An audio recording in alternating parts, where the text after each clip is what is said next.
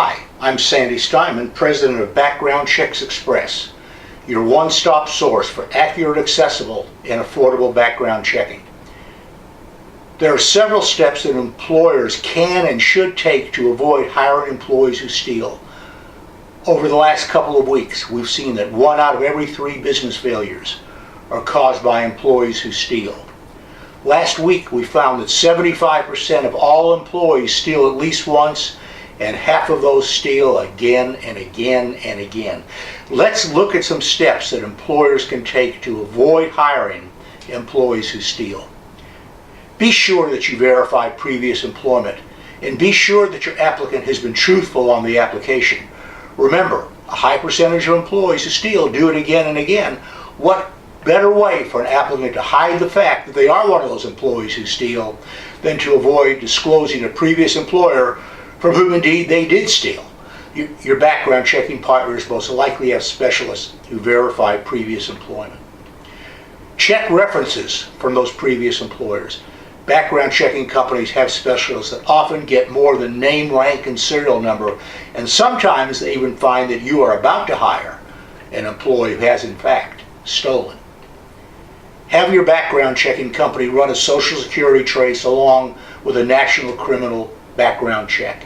If you want to avoid hiring an employee who steals, you must be sure that your applicant is who he or she tells you they are, and that they don't show up in any of the national criminal databases. County criminal searches are always the most up-to-date and the most accurate. Ask your background checking company to check at least the counties that your applicant has lived in for the last 7 years. You'll be surprised to find out that many of your applicants have lived in 4, 5, or even more counties, and you want to check all of them. Background Checks Express offers an unlimited number of county criminal background checks for one low price. If you want to avoid hiring an employee who steals, you would be well advised to run an employment credit report.